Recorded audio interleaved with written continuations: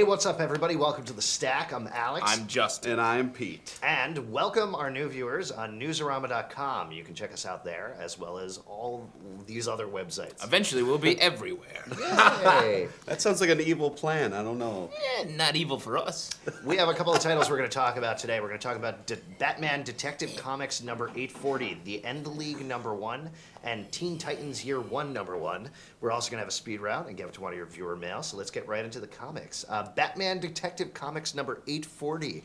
This is tying up the resurrection of Ra's al Ghul storyline. Putting a nice bow right on it. Yeah. God, that's over. What a present for fans. Yeah. I have to say, I didn't mind this issue just because, honestly, I hated the crossover so much. So I disappointed. skipped the last 4 parts of it. And Paul Dini. So what was really nice about this issue over here was I didn't need to read the last 4 parts. It just filled me in on what was going on. Yeah. And then destroyed all the plot points of the crossover as far as I could Yeah. It was really horrible as far as a story arc, and having the whole resurrection of Ra's al Ghul. It was long and pretty boring, and it only accomplished bringing back a villain and then locking away in Arkham. So it's basically just... Like, why do that? It's like just leaving someone else to come up with... Wait for someone to come up with a better story to bring back a villain. Totally. It was nice, though, I would say, to have Paul Dini out of a crossover and back on Done in One stories, which is what he's best at for Detective Comics. Yeah, his stories were so poor throughout this crossover that I hope he can be. It was cool in the Nightwing issue that just came out as well that they do mention it. It's done well there, saying like, we're in trouble. We have Ra's al Ghul and Talia to worry about. Like, we need to shore up the family. Yeah. But none of that is mentioned in the actual crossover. Yeah. What's weird also about this one is they talk about, like, during the fight sequence, like, normally we're sitting there and there's a girl who's annoying, and I was like, what is going on? It's pretty crazy. Yeah, I don't know. So definitely I'm looking forward to the next couple of issues he's going to do that are just out of this crossover. Yeah, well, I mean, Batman is a pretty easy character to write, I think. So, like, Wow. let's move forward. You think you could do it? Yeah. He did. He wrote like 15 issues of Batman in the 80s. That's funny. Let's talk a lot about of cocaine the in my End League stories. number 1, which is a new series by Rick Remender, who's one of my favorite authors. Mine as well. Yay. I have to say, even though he's one of my favorite authors, I feel like this is derivative of his previous work. Well, like, because it's about an apocalypse on the Earth? Kind of. I mean, it's about a superhero named Captain Awesome or Awesome Man. I'm completely blanking right now. That's not what it is. Yeah. It's not that. What? Keep going. Keep talking. All right. Oh, it's not that. That's not. It's what Astonishing it's Man. about. All right. All right. Anyway, it's about a superhero that basically causes the end of the Earth, but as a side effect, the Earth also gains tons and tons of superheroes. So now these superheroes have to scrap together whatever they can find in terms of food and supplies while fighting off supervillains. So it's essentially following the end of the Earth. Yeah, write what you know. I He guess comes from a post-apocalyptic future, Rick Remender does. Tough It's times. Fear Agent was one of our favorite books here on the show. Yeah. Yep. In Fear Agent, just to blow a pretty big plot point out of it, the main character has caused a gigantic apocalypse, essentially not on Earth, but on another planet, and he feels super guilty about it.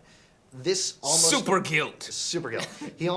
It's the same dialogue in here. That was my biggest problem for it. I'm definitely on board for the runs of the series because in the long term, he does some great stuff, but... Well, they're very different characters, I will say. And this is like, I feel like this is his kind of comment on like, the DC universe basically, what if something actually happened where these heroes screwed up and now they have to deal with a world where they're supposed to be guarding everyone and instead they caused everyone to die. I think it's interesting. No, I just think story. you're in denial that this comic sucks and you can't deal with it. Super denial? I wouldn't say it was sucks. I definitely say pick it up because Remender is a great author. Moving I on wouldn't say that. And Pete would say that too. Let's move on to Teen Titans Year 1, number 1. It's like he's using you as a Speaking puppet. of It's like sucking he's a using puppet. you as a puppet. Yeah, that's freaky. Pete puppet. That's yeah, get away! That was so creepy watching that. What the hell were you They guys had doing? that on your cruise? They had the TV? No, it was when I got home. Okay. For those of you who don't know, he was on a cruise. I for was the on a cruise. An erotic cruise. That was last week, though. That's And now we're amazing. this week. Let's talk about Teen Titans Year 1, number 1. The art was awesome in this. Which also sucked. Wow. The art sucked or the issue sucked? I did think the art sucked. I didn't like the way these guys were drawn at all.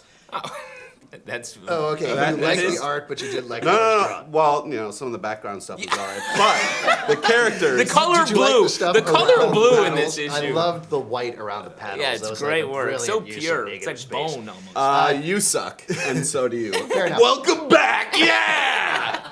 As far as the issue itself, I'm not crazy about the whole year one thing. The issue did feel kind of slight, but definitely, at least for the art, I would say pick it up. What's the deal with year one? I don't understand. Is it they're telling stories from that time and place where these characters came from, or they're like basically doing like an Ultimate style thing? Where I don't know. This is like That's exactly what But it that's feels what I like. have a problem with. Like in this, Robin and Kid Flash are IMing with each other, and like when the Teen Titans were created, there was no IM. That annoys me. Like No, tell there the was. There story. was super future tech. Yeah. Yeah. Yeah, Oh, because he's on Batman's Super computer. future tech. Yeah, it was great. Yeah. And I just thought the story. Don't mess with Batman. That's what the lesson is. What is this voice or this hand you're doing? Well, here? I'm saying Batman gives him the back. Yeah, I thought that was uncalled All right, for. we're not going to give you a backslap, but we are going to give you guys a break. And when we come back, there's going to be a speed round, and there's also going to be a viewer mail, so stay tuned. That's a transition. No one is more brutal, more violent, or more feared. Killing's as easy as breathing. On January 25th. Rambo, rated R, January 25th. That's when I'm like, that's not as handy as you might have thought, sir. All right, welcome back from the break, everybody. It is time for the speed round. You want to go into talking about the first title, Jester? Or do you want to just like relax? I like Middleman number 5 because I'm crazy. Is that how I talk? Yeah. Is that how I talk? Yeah. Everybody out there watching? Metalman number 5, great book. It's confusing. It's a little confusing. You have to really pay attention to it. But it's a great book, really creative stuff. It's very confusing. I want to talk about Doktor Sleepless number 4. This is probably I'm boringly going to talk about Doktor Well, Sleepless this number reminds me of a 4. comic from '74, which I really enjoyed. I think it's a crossover very well done. I don't have anything more to say about it. Pete, what do you have to say about Omega the Unknown? Well, it was awesome. Omega like smashed these dudes and a kid got shot. And Art thou bored? Omega the Unknown continues to be well done. Please pick it up. Very well stated. Exiles, Days of Then and Now, one shot. Ending the. I'm cool. It's great to see a Let's go non-Claremont. surfboarding off of a mountain. That would be awesome. It's great to see someone not Chris Claremont writing Exiles. It used to be a great series, and he kind of ruined it. I'm just being with my people. Okay. So, Buffy the Vampire Slayer, I have been impressed with this comic for breakfast. I have really liked this comic, which surprised me, but this one's all giggly, like, who do you like? Oh, so it sounded like Justin. Oh, Yeah. wait a second! All right, and that's it for the speed round. On to one of your viewer mails. You guys are gonna love this Dysfunctional one. family speed round. Y or Way, sorry if I'm mispronouncing your name, That's from offensive. the UK. You should know the pronunciation of that. By reading Alex. it online. Thank you. Which superhero or character can you personally relate to yourself in terms of personality and morality, etc.? Oh, wow. I'm going to take etc. to be awesome guns. I don't have any awesome guns, so I can't relate to any characters. Oh, that's true, yeah.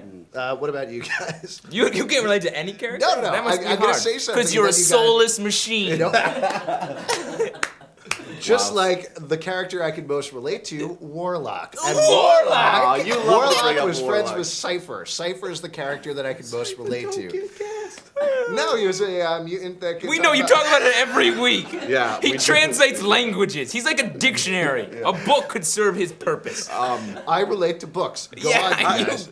I kind of like. thanks for turning I'm your drawn to. I'm drawn to certain I'm characters. done with you. Excuse me. I'm drawn to certain characters not because I relate to them, but because I enjoy what they can do, and I wish I could do things like that, like the Punisher, like Wolverine, like the Hulk. Be a mass Murderer. murderer. It would be cool if I could do Yeah, that. that would be if totally someone cool. who I don't like, if I could just shoot him up and be like, "That's justice." I That's thought you were awesome. going to say That'd that's be- Justin. I was like, holy shit. He What just about threatened you? me. What about you? I'm going to answer the question for real.